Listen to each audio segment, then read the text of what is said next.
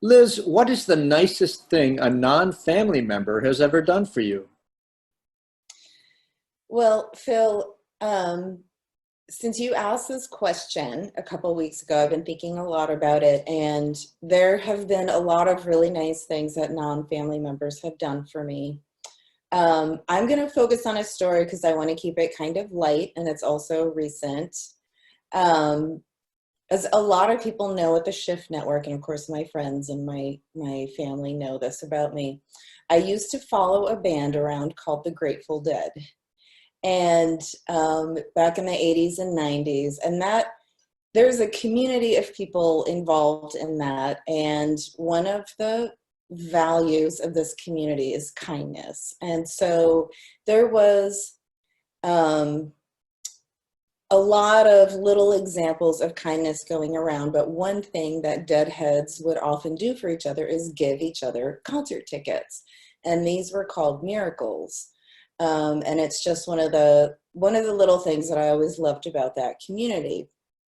And then when that band ended in 1995, I slowly drifted away from that scene and didn't um, I wasn't part of any kind of groups that were happening after that or any kind of post Grateful Dead stuff. I really kind of floated pretty far away from that.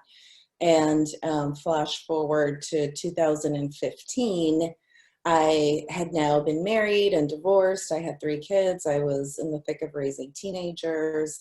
And I bought tickets to go see Fare Thee Well in Chicago, which was their celebration of 50 years of the Grateful Dead.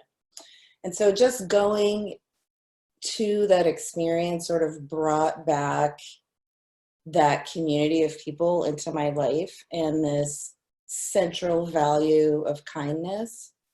And I met, because now we had social media, I met a bunch of other people in, this Grateful Dead scene through social media.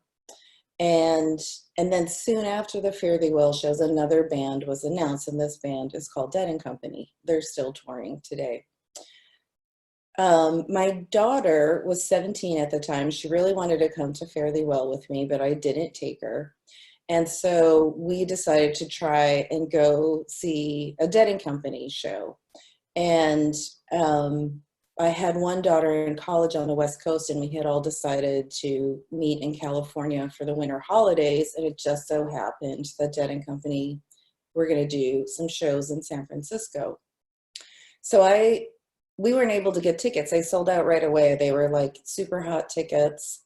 And I just put out on my Twitter feed that I was looking for tickets. And a total stranger bought them for us. And when we met him at the show the first night, he just gave them to us. So it was our miracles. He basically wanted to miracle my daughter to her first show, and so gave us tickets.